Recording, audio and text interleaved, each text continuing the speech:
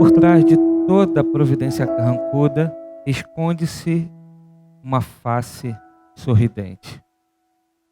O apóstolo Paulo vai dizer esta mesma coisa com outras palavras em Romanos capítulo 8, no versículo 28, quando ele diz que sabemos que todas as coisas cooperam para o bem dos que amam a Deus, daqueles que são chamados segundo o seu propósito. Quando estamos afligidos pela providência que nos pressiona, que nos angustia, que traz tristeza, quando enfrentamos momentos na vida de muita dificuldade, muitas vezes nós não conseguimos enxergar esse bem. Muitas vezes nós não conseguimos enxergar os propósitos de Deus. Muitas vezes não conseguimos enxergar a mão soberana de Deus cuidando de todas as coisas. E nós vamos ver, à luz de uma narrativa, à luz do texto de Ruth, que Deus conduz toda a nossa história. Deus conduz todas as coisas. E nós vamos ver isso de uma forma nítida a partir da história da vida de Ruth e da vida de Noemi. Então nós vamos fazer aqui um panorama desse livro, um livro importante da palavra do Senhor. Eu quero começar então trazendo algumas informações que são importantes para a nossa mensagem. A primeira informação é que a tradição vai dizer que o autor que escreveu o livro de Ruth, a tradição judaica vai dizer que foi o profeta Samuel. O tempo da ação do livro de Ruth acontece no período dos juízes.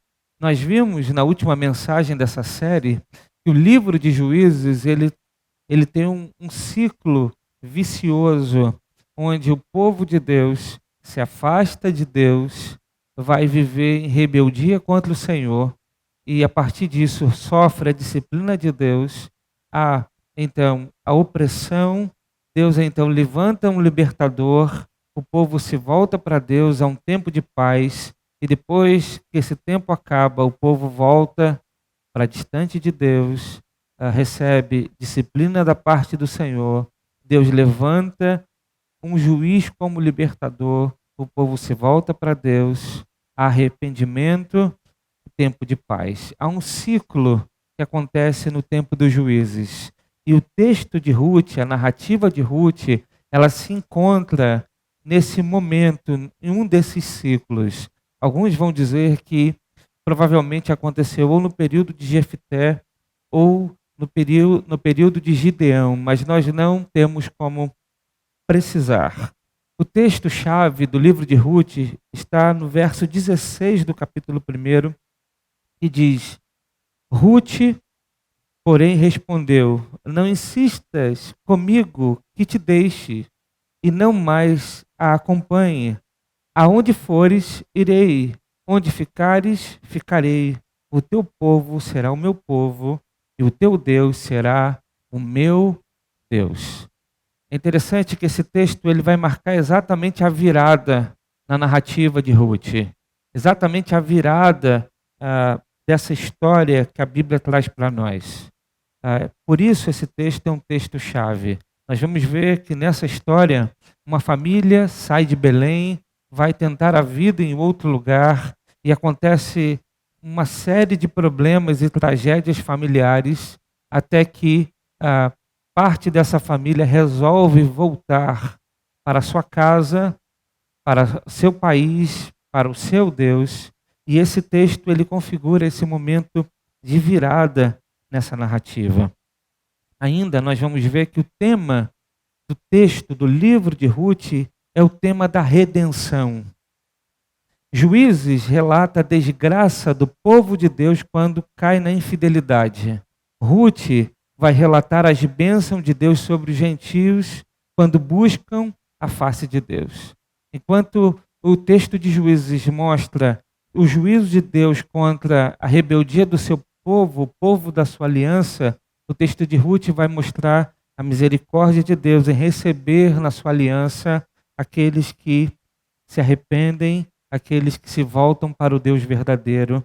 Nós vamos ver então as bênçãos de Deus sobre os gentios. Assim, o livro de Ruth é um complemento de Juízes e uma introdução a Samuel. Muito bem, meus irmãos, então vamos entrar propriamente para o texto de Ruth. Eu quero que os irmãos abram a Bíblia em Ruth, capítulo 1. Nós vamos fazer a leitura do verso de 1 a 5. Ruth, capítulo 1, verso de 1 a 5. Diz assim a palavra do Senhor. Na época dos juízes, houve fome na terra. Um homem de Belém de Judá, com a mulher e os 2 filhos, foi viver por algum tempo nas terras de Moabe. O homem chamava-se Elimeleque. Sua mulher Noemi e seus 2 filhos, Malom e Quilion, eram efrateus de Belém de Judá. Chegaram a Moabe e lá ficaram. Morreu Elimeleque, marido de Noemi, e ela ficou sozinha com seus 2 filhos. Eles se casaram com mulheres moabitas, uma chamada Orfa e outra Ruth. Depois de terem morado lá por quase 10 anos, morreram também Malom e Quilion, e Noemi ficou sozinha, sem os seus 2 filhos e sem o seu marido. Vamos orar? Mantenha a sua Bíblia aberta. Vamos falar com Deus mais uma vez? Pai, nós pedimos ao Senhor que nessa hora a Tua palavra alcance os corações. Ó Deus, pedimos ao Senhor que a Tua palavra nos traga redenção, que a Tua palavra nos traga esperança, que a Tua palavra, ó Deus, nos traga paz, confiança e certeza que o Senhor está conduzindo a nossa história. Ó Deus, em nome de Jesus, que possamos tirar muitas lições, ó Deus, do livro de Ruth. Desperta a Tua igreja a ler a Tua palavra, a ler toda a Escritura como fonte, como revelação do Senhor para as nossas vidas. Ó Deus, em nome de Jesus, que o Senhor conduza esse momento de pregação para a glória do Teu nome e para a edificação das nossas vidas. É o que nós pedimos, ó Deus, em nome de Jesus. Amém.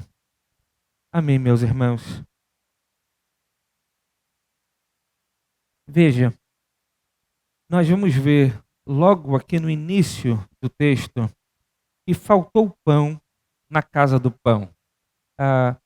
O texto vai dizer que houve uma grande fome que se instalou na terra na época dos juízes.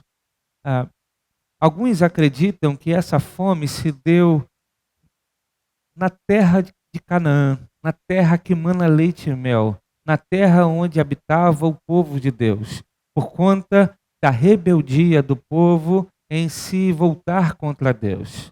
Uma família, então, que morava em Belém, e Belém significa exatamente casa do pão. Essa família em Belém, por conta da fome, decidiu sair e ir tentar a vida em outro lugar, tentar a vida em outro país, tentar a vida em uma nação pagã, tentar a vida em um lugar onde eles tinham outros deuses e outras tradições. Isso está no verso de número 1, que diz: na época dos juízes houve fome na terra, um homem de Belém de Judá, com a mulher e os 2 filhos, foi viver por algum tempo nas terras de Moabe. Moabe era um povo descendente de Ló, era um povo pagão. O texto então diz que houve fome em Belém e esta família sai para tentar a vida em outro lugar.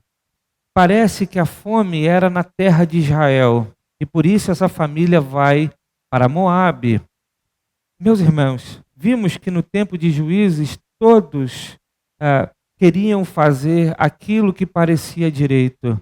Todos agiam conforme as inclinações do seu próprio coração, desrespeitando as orientações da palavra de Deus,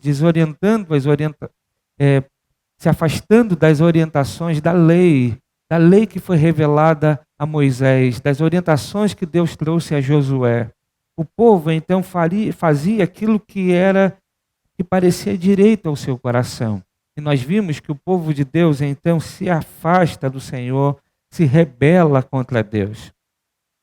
E o pecado sempre gera consequências.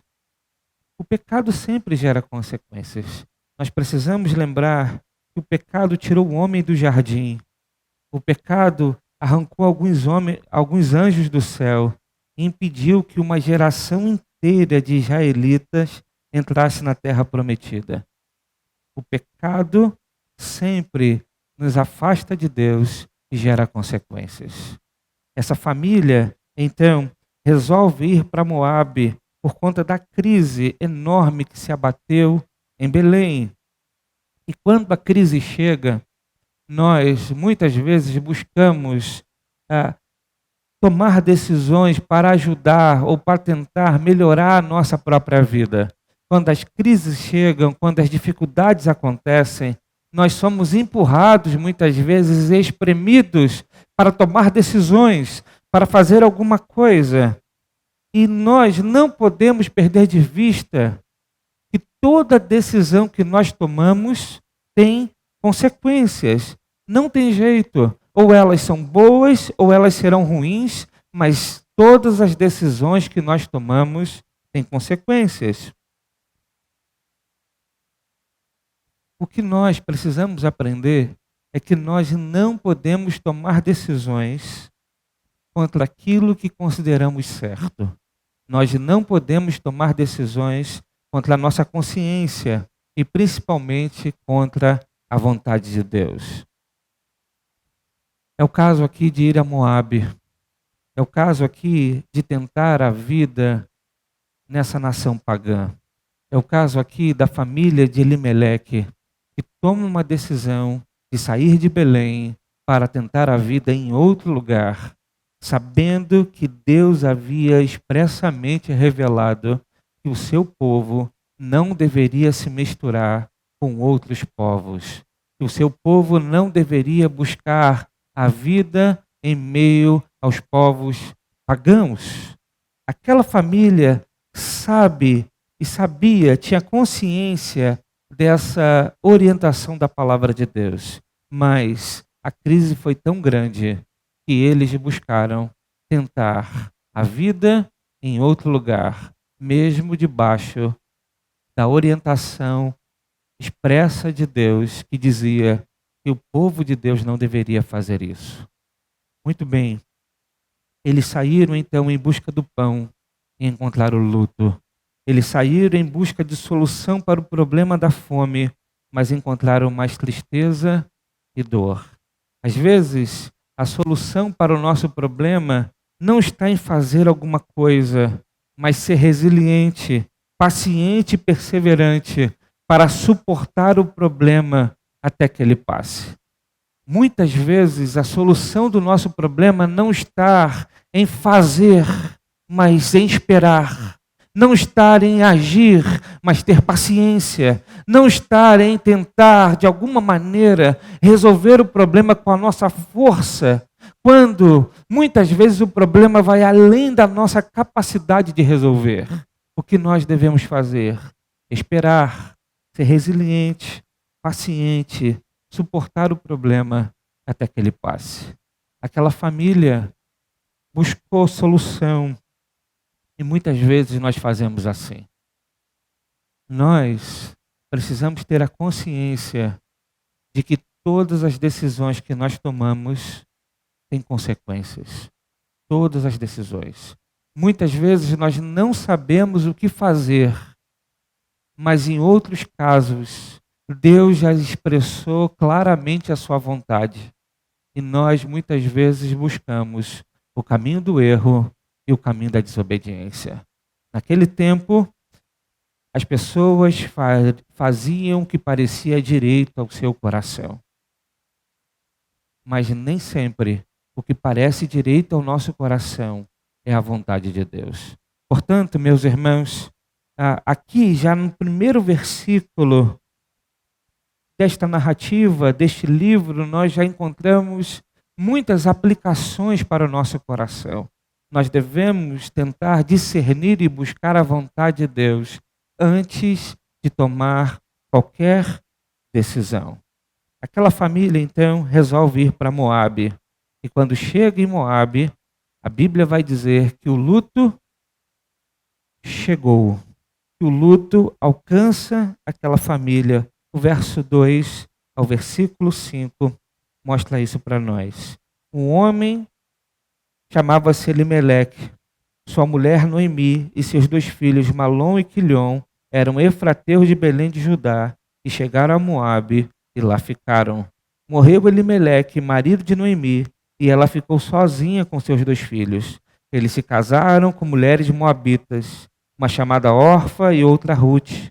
Depois de terem morado lá por quase 10 anos, morreram também Malom e Quilion, e Noemi ficou sozinha, sem os seus 2 filhos, sem o seu marido. O texto então mostra para nós que esse tempo em que esta família ficou em Moabe gerou muito mais problemas. Noemi perdeu seu esposo, Noemi perdeu os seus 2 filhos. Nos 10 anos que eles passaram ali em terra estrangeira, eles escolheram dor, sofrimento, tristeza e luto. Noemi, então, descobre que Deus começa a agir em favor do seu povo. Noemi, então, descobre que Deus começa a derramar misericórdia sobre o seu povo e vem em auxílio ao seu povo. Então, ela resolve voltar para casa. É hora de voltar para casa. Isso está no verso de número 6, que diz: quando Noemi soube em Moabe que o Senhor viera em auxílio do seu povo, dando-lhe alimento, decidiu voltar com suas 2 noras para a sua terra. Noemi resolveu então voltar para casa. E voltar para casa aqui não significa apenas voltar para a cidade natal. Não significa apenas voltar para a sua terra, para o seu país. Significa, acima de tudo, voltar para o seu Deus. Noemi resolve voltar para o seu Deus. Noemi resolve voltar para a sua casa. Ela então reconhece que Deus estava vindo em favor, em auxílio do seu povo. E no meio do caminho, a Bíblia vai dizer que as suas 2 noras a acompanhava. E ela então se despede de uma que volta para sua casa, para sua família, mas Ruth resolve ficar com Noemi. Ruth resolve ir para Belém juntamente com Noemi. E o texto do verso de número 16 vai mostrar para nós, do capítulo 1, que Ruth faz a sua profissão de fé.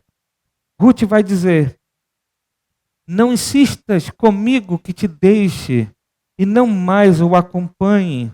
Aonde fores, irei, onde ficares, ficarei. O teu povo será o meu povo e o teu Deus será o meu Deus.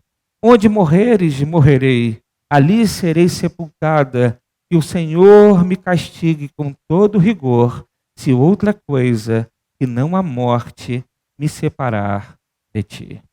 Ruth, então, convence Noemi de ir com ela para Belém. E Ruth faz isso quando ela professa a fé no Deus de Noemi, quando ela professa que serviria o Deus de Noemi, quando ela professa que estaria agora vivendo com o povo de Noemi, na terra de Noemi, para adorar o Deus de Noemi. Ruth, então, convence Noemi e as 2 voltam e as 2 vão para Belém.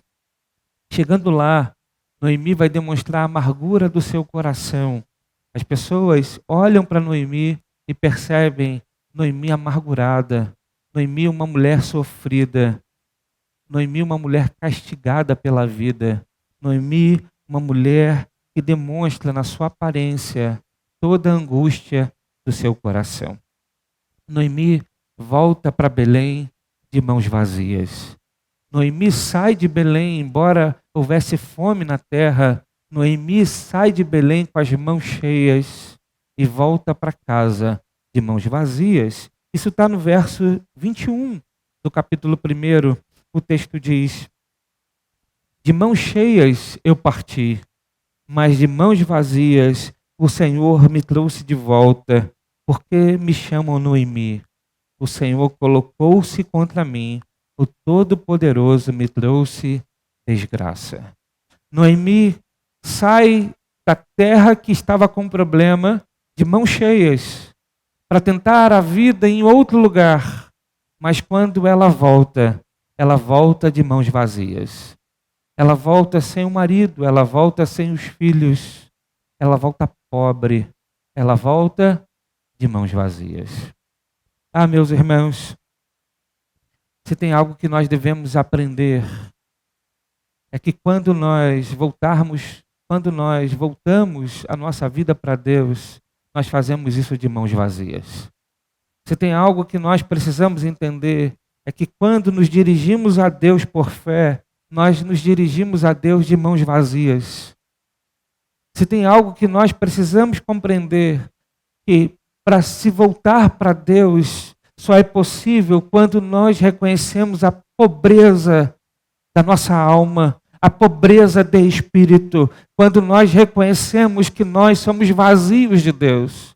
Enquanto nós acharmos que somos cheios de nós mesmos, cheios das coisas que desfrutamos desse mundo, cheio de soluções, cheio daquilo que nós podemos fazer, confiantes apenas em nós mesmos, nós não teremos espaço para nos voltarmos para Deus. Porque para voltar para Deus é necessário voltar de mãos vazias. Enquanto estamos de mãos cheias, não dependemos de Deus. Enquanto estamos de mãos cheias, não buscamos a Deus. Enquanto estamos de mãos cheias, vivemos a nossa vida distante. Mas quando as nossas mãos ficam vazias, nós podemos voltar para Deus, estender a mão, para que Ele encha a nossa mão com seu favor.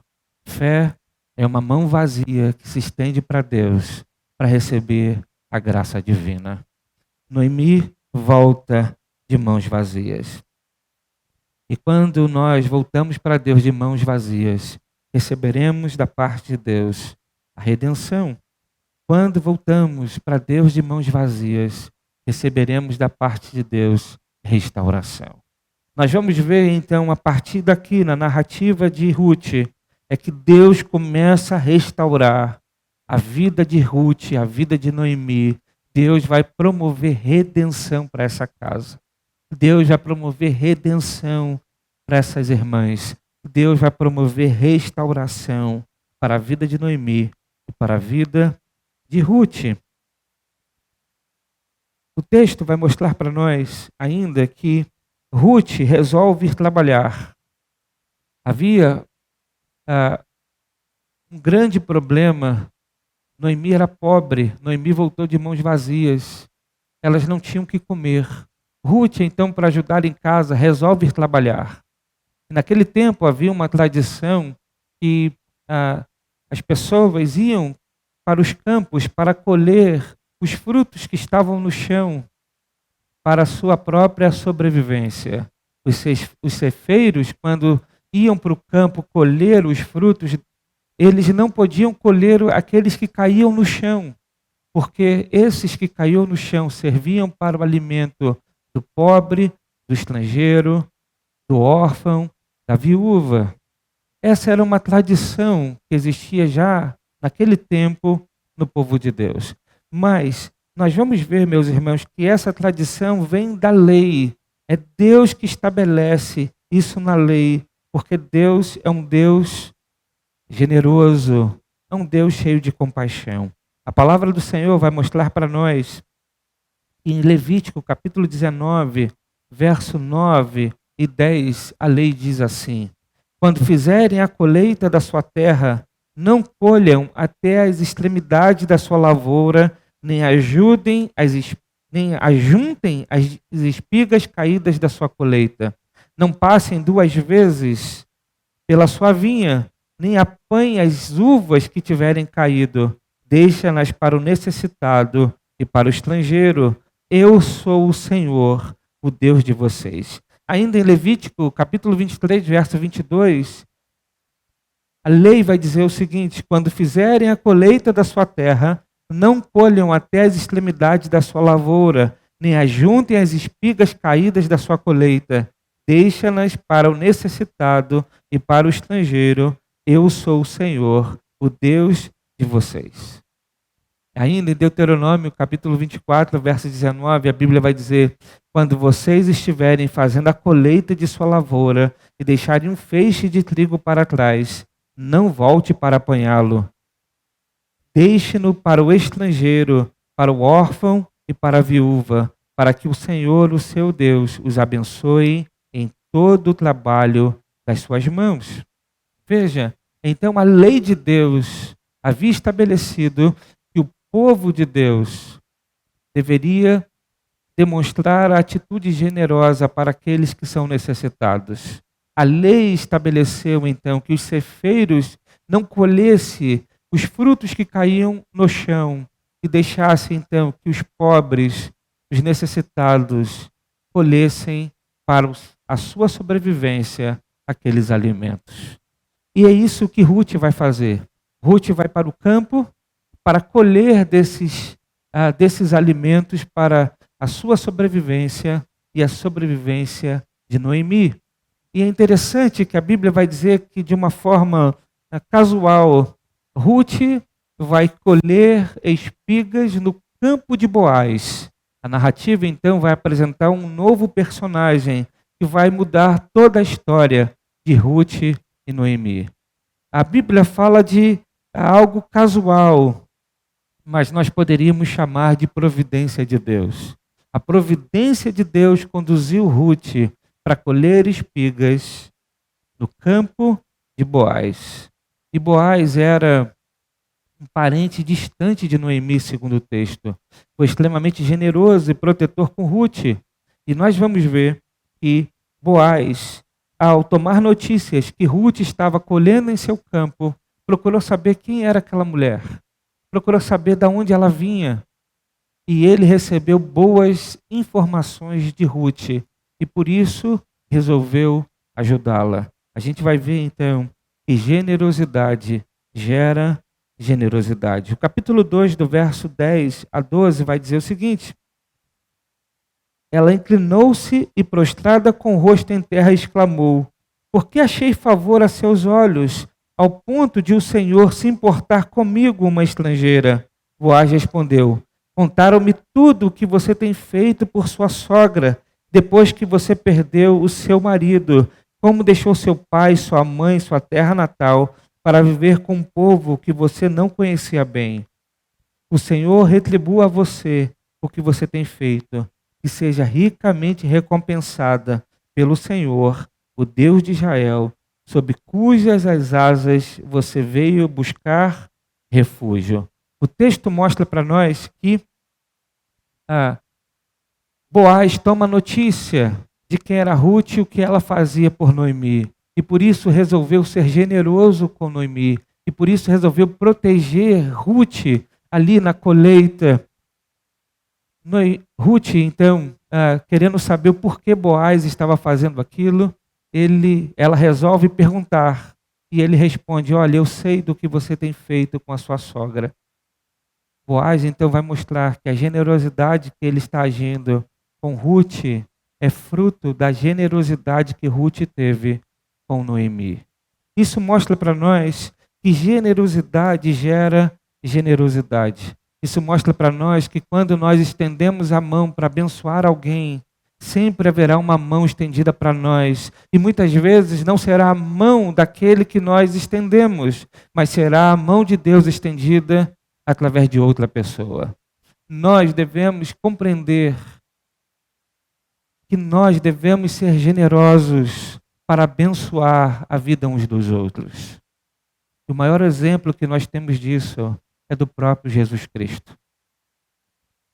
O apóstolo Paulo, lá em 2 Coríntios capítulo 8, quando ele vai apelar à igreja de Corinto para contribuir com a igreja de Jerusalém, porque os irmãos de Jerusalém passavam fome, um dos argumentos que Paulo utiliza para a igreja é: olhe para Cristo, ele é rico e se fez pobre por amor de vocês.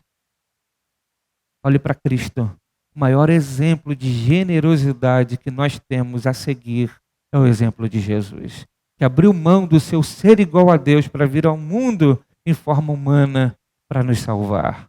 Portanto, se olharmos para Cristo, entendermos que nós devemos seguir os seus passos, nós devemos ser generosos uns com os outros. No tempo de crise, no tempo de fome, no tempo em que enfrentamos muita dificuldade, é a hora onde nós devemos demonstrar generosidade. É isso que Boaz faz aqui. Boaz, então, demonstra toda a sua generosidade com Noemi. Com Noemi e com Ruth, eu estou aqui confundindo toda hora o nome de uma com a outra, mas mostra toda a sua generosidade com as duas. Muito bem, o texto vai dizer ainda que Ruth vai pedir para que Boaz seja o seu resgatador. Boaz, a princípio, não pode ser resgatador de Ruth e Noemi, porque existia um parente mais próximo do que Boaz. Aqui devemos compreender duas leis que Deus havia revelado a Moisés, a lei do levirato e a lei do remidor, para que a gente possa entender o que Ruth está pedindo para Boaz. E essas leis estão em Deuteronômio capítulo 25, a partir do verso 5, e também Levítico capítulo 25, verso 23. Veja a lei do levirato, Deuteronômio 25, verso 5, diz assim: se dois irmãos morarem juntos e um deles morrer sem deixar filhos, a sua viúva não se casará com alguém de fora da família. O irmão do marido se casará com ela e cumprirá com ela o dever de cunhado. O primeiro filho que ela tiver levará o nome do irmão falecido, para que o seu nome não seja apagado de Israel. Se, todavia, ele não quiser casar-se com a mulher do seu irmão, ela irá aos líderes do lugar, à porta da cidade, e dirá: o irmão do meu marido está se recusando a dar continuidade ao nome do seu irmão em Israel, e ele não quer cumprir para comigo o seu dever de cunhado. Os líderes da cidade o convocarão e conversarão com ele, e se ele insistir em dizer: não quero me casar com ela, a viúva de seu irmão se aproximará dele na presença dos líderes e tirará uma das sandálias dele, cuspirá no seu rosto e dirá: é isso que se faz com um homem que não perpetua a descendência do seu irmão.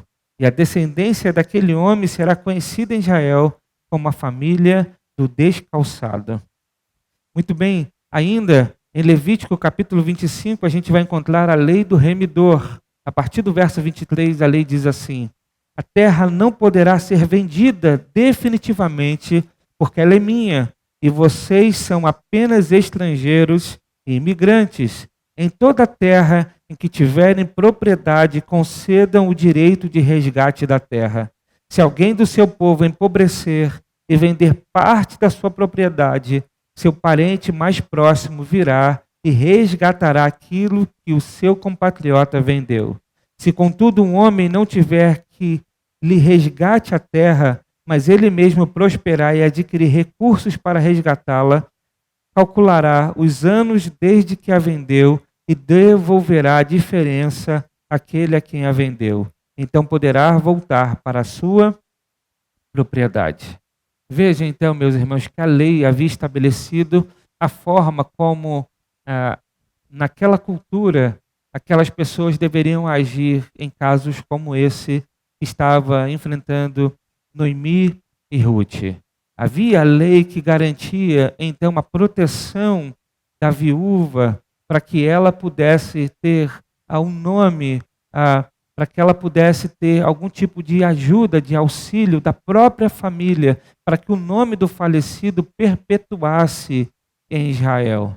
Ainda havia a lei que garantia e protegia a propriedade privada, e por isso essa lei dava o direito de um parente próximo resgatar a terra, os bens daquela família. Essas leis, então, estavam em vigor naquele tempo, ali em Israel. E então Ruth vai pedir a Boaz já que Boaz era parente de Noemi, ele poderia utilizar dessa lei, exigir esse direito para resgatar, então, Noemi e Ruth. Boaz,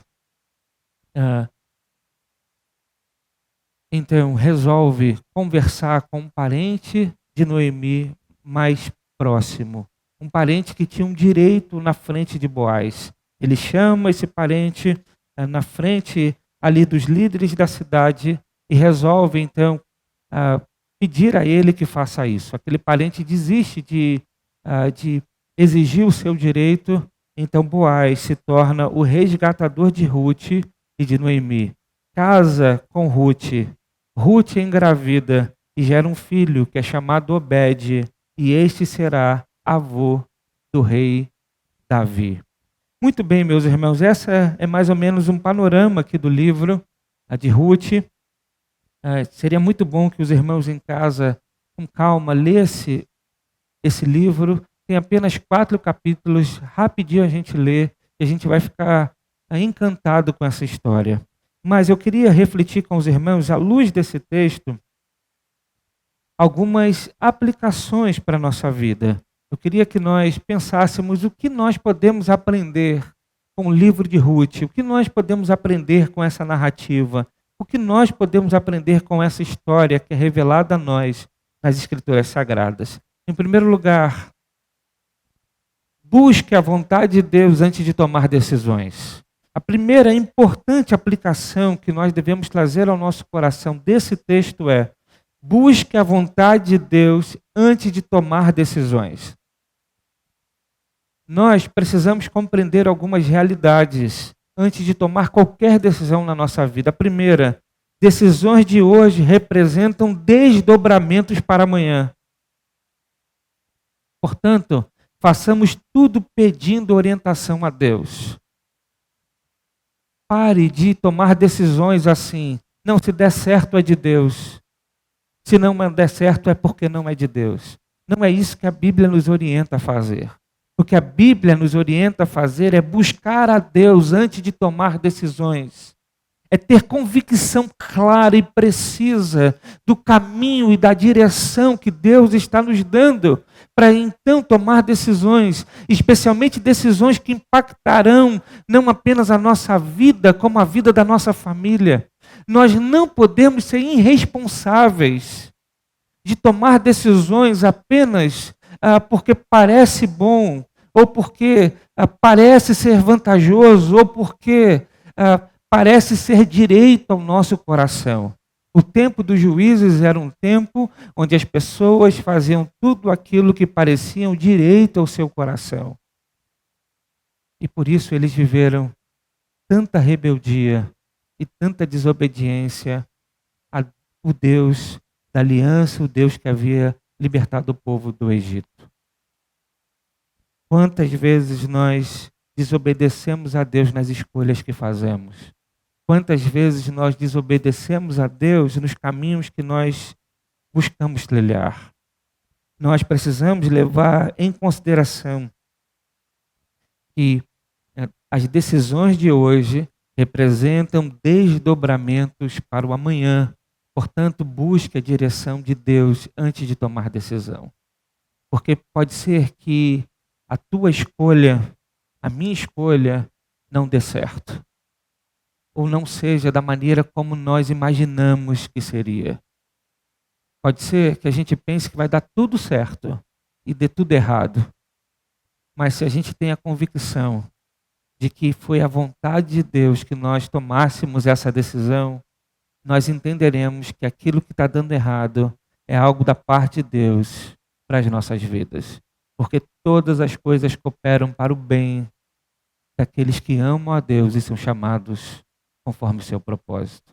Portanto, tomar decisões precisa ser com uma convicção da direção que Deus está nos dando. Como eu disse no início da narrativa, há muitas coisas que nós não sabemos o que fazer, mas há outras coisas que estão expressamente reveladas nas Escrituras. O que nós devemos fazer é obedecer. Há outras coisas que nós encontraremos o caminho a partir dos princípios, a partir dos mandamentos que Deus nos deu. Quando Deus nos dá um mandamento, Ele expressa a sua vontade. O mandamento não é simplesmente para que eu e você faça algo que vai dar certo para a nossa vida. Não, o mandamento expresso é Deus expressando a sua vontade para nós. Portanto, os princípios de Deus, os mandamentos revelados nas Escrituras, precisam nortear o nosso caminho, nos trazer luz às nossas decisões. E muitas vezes nós sabemos o que devemos fazer, mas deixamos o nosso coração falar mais alto. Muitas vezes escolhemos errado, não porque nós não sabemos, mas é porque no fundo achamos que Deus vai corrigir os nossos erros, que Deus vai corrigir as nossas rotas, que Deus vai ser misericordioso para ajeitar aqui e ali as bobagens que nós fazemos. Mas não é a melhor forma de tomar decisões. As decisões precisam ser tomadas debaixo de uma convicção da vontade de Deus. Lembre-se que Deus não muda, que Deus é imutável. Lembre-se, Deus não é incoerente. Lembre-se que Deus não se contradiz. A gente precisa lembrar disso. Se em algum momento da minha história eu acredito que Deus está me conduzindo para algo, e aí daqui a um tempo acontece alguma coisa que vai desfazer aquilo que eu acreditei que Deus estava direcionando, alguma coisa está errado. Ou Deus não direcionou antes, e eu acreditava que essa era a direção, ou Deus direcionou antes, e agora essa direção não vem de Deus. Perceba? Então cuidado quando você diz assim, não, a vontade de Deus para a minha vida é que eu faça isso. A vontade de Deus para a minha vida é que eu seja aquilo. A vontade de Deus para a minha vida é que eu tome essa decisão. Quando você afirma isso, você fica preso às suas próprias convicções. Porque se Deus disse, Ele não é incoerente. Perceba? Nós não podemos, de alguma maneira, tentar desfazer o que Deus diz. Se Deus diz, Ele diz. Então, busque convicção de Deus antes de tomar decisões. Há perdas que, embora previstas, são extremamente dolorosas. Nós precisamos lembrar disso. Há perdas que, embora seja prevista, são extremamente dolorosas. Quando a gente faz lá a matemática, o planejamento para tomar qualquer decisão, a gente precisa entender que haverá perdas.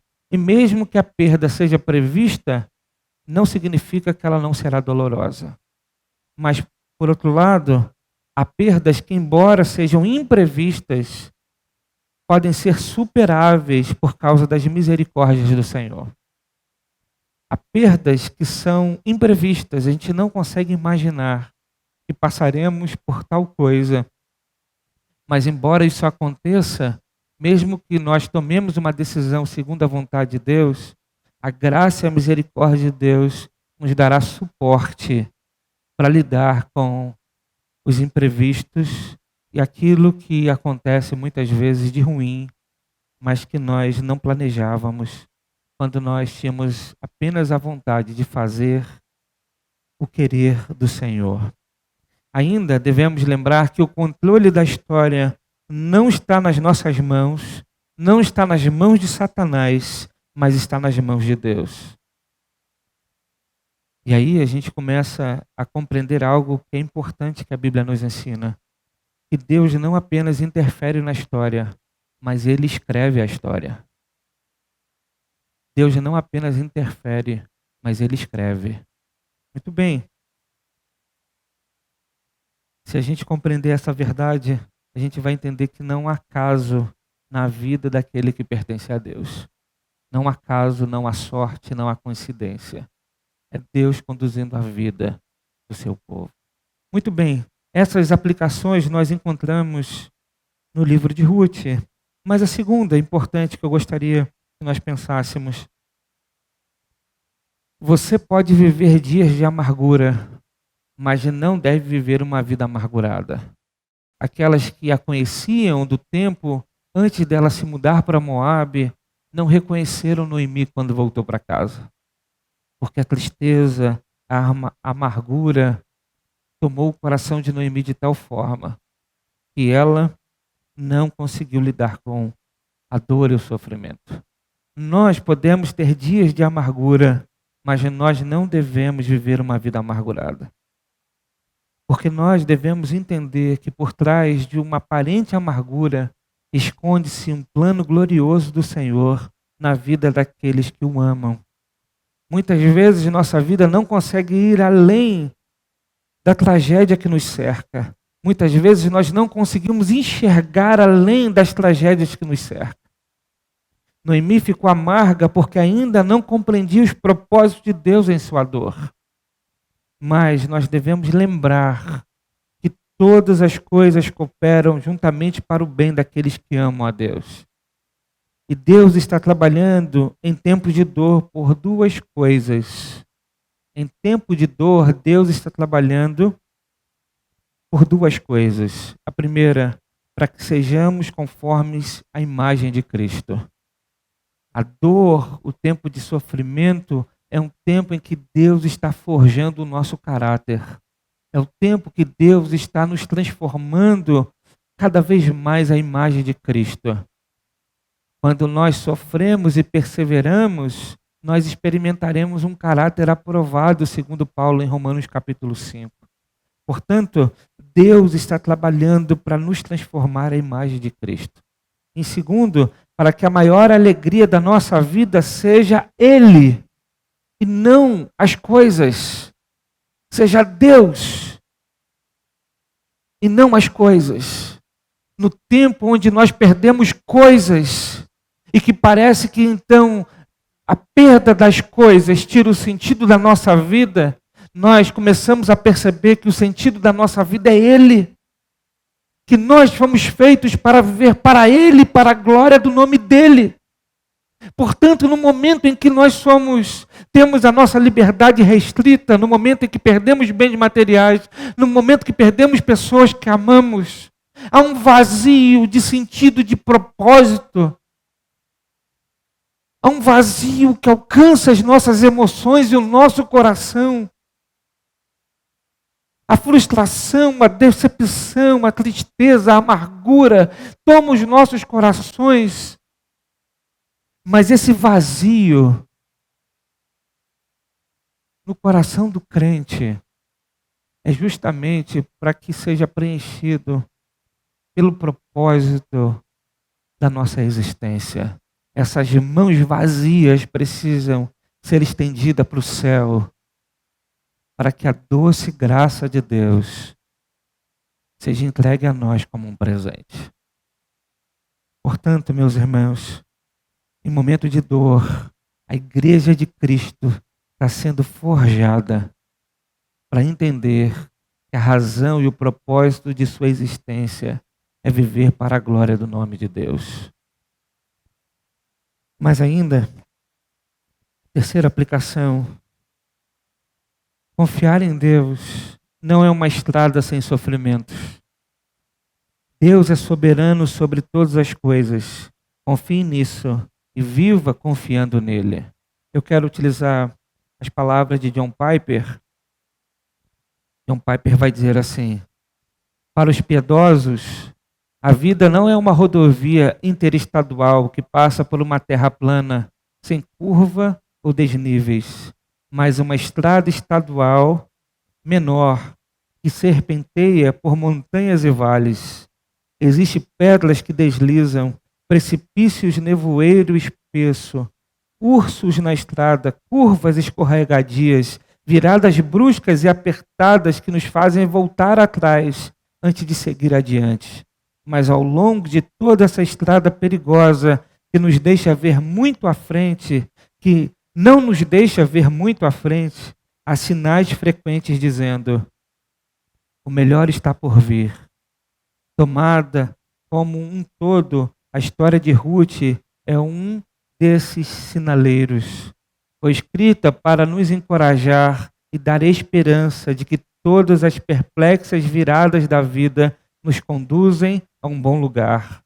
Não levam ao precipício. Em todos os empecilhos de nossa vida como cristãos, Deus está tramando nossas alegrias. Muito bem, meus irmãos. Confiar em Deus não é uma estrada sem sofrimentos. Deus é soberano sobre todas as coisas. Confie nisso e viva confiando nele. Em quarto lugar, quarta aplicação, seja generoso. Seja generoso. Está na hora, meus irmãos, de dividirmos aquilo que Deus tem nos dado. Se antes achávamos que não precisávamos tanto nos preocupar uns com os outros, agora é a hora de mostrarmos que nós amamos uns aos outros. Está na hora de nós começarmos a dividir aquilo que Deus tem nos dado. Devemos ser generosos.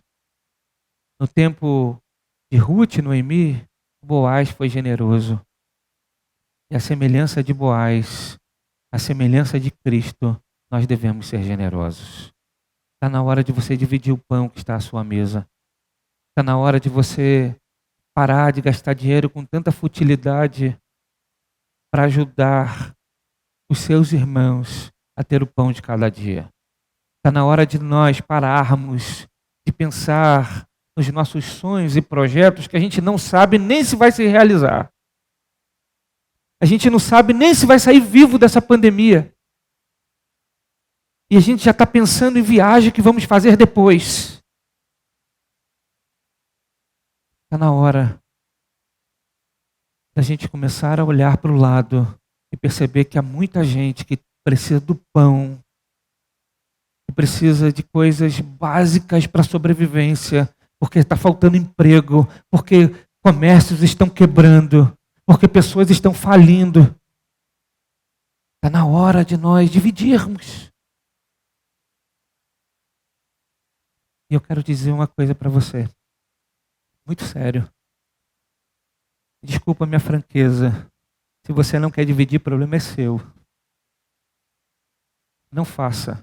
Viva na ganância do seu coração. Mas saiba que você nega o nome de Cristo quando faz isso.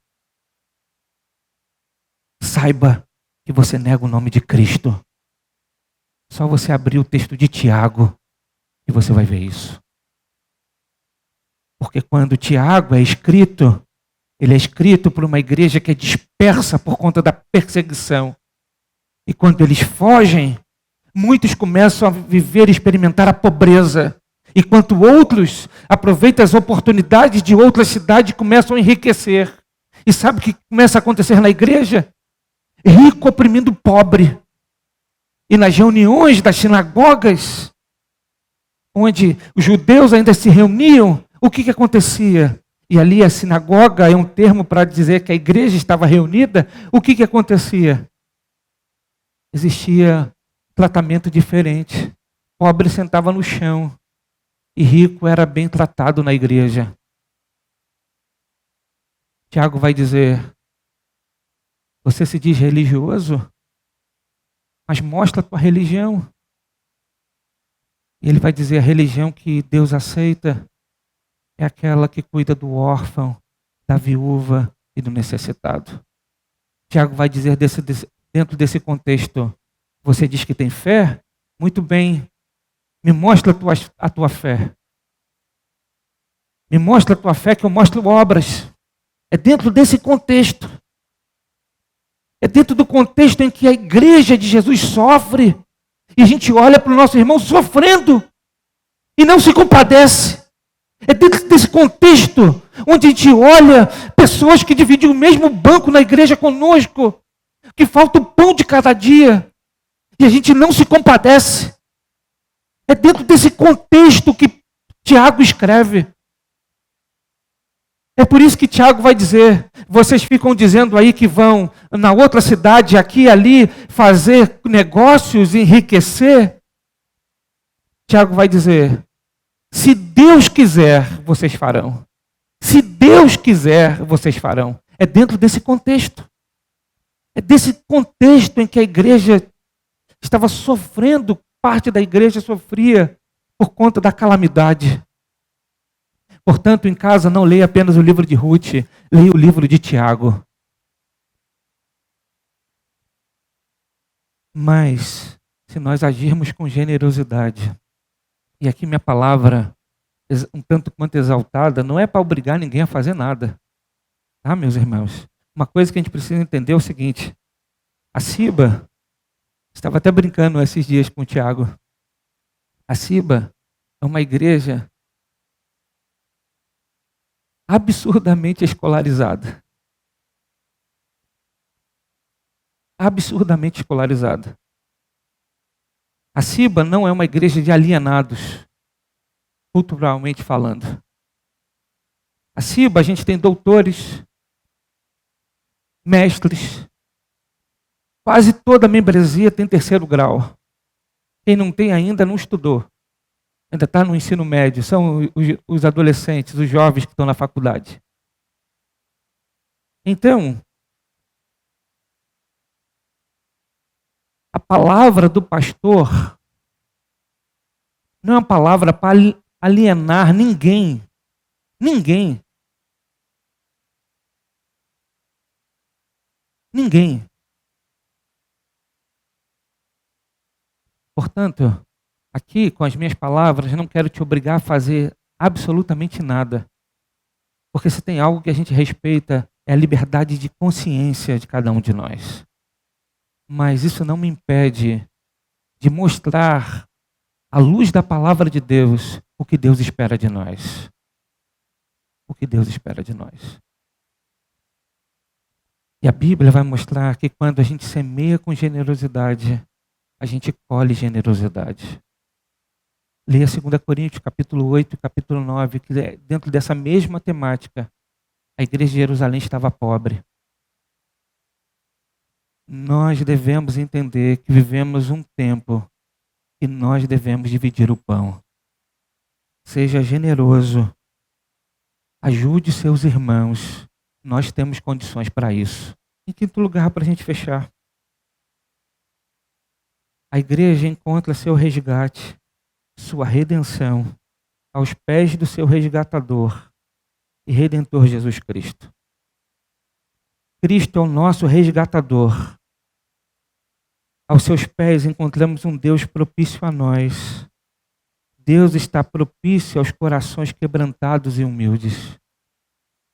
A genealogia apresentada no final do livro apresenta Davi e é citada em Mateus capítulo 1 para apresentar o Messias. Aqui vemos que tanto os judeus quanto os gentios têm motivos para depositar sua fé em Jesus Cristo. Redenção. Essa história está relacionada com a história da redenção. Essa história também tipifica a redenção de um homem operada por Jesus Cristo na cruz. Ruth, através de Noemi, conheceu o Deus verdadeiro, o Deus de Israel e de Noemi, e escolheu servir a este Deus, abandonando o seu passado. E ainda que possuindo dívidas, este Deus providenciou um resgatador, um remidor que as sanasse. Boaz é um tipo de Cristo. Boaz a trata com misericórdia, toma para si as suas dívidas e faz Ruth sua esposa. Ruth adquire uma nova vida, uma nova família que se perpetuou no Messias.